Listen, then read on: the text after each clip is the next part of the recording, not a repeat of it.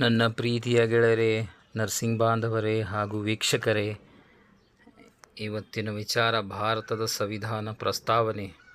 ಬನ್ನಿ ನಾವೆಲ್ಲರೂ ಓದೋಣ.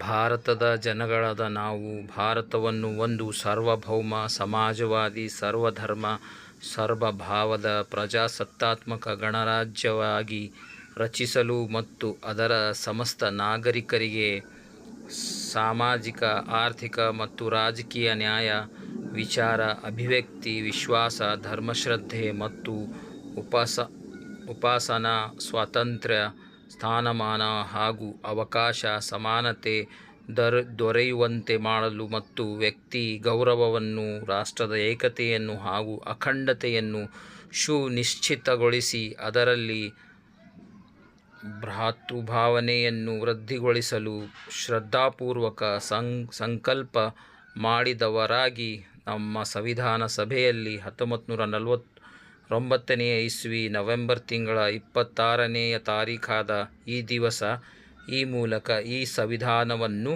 ಅಂಗೀಕರಿಸಿ ಅಧಿನಿಯಮಿಸಿ ಅರ್ಪಿಸಿಕೊಂಡಿದ್ದೇವೆ.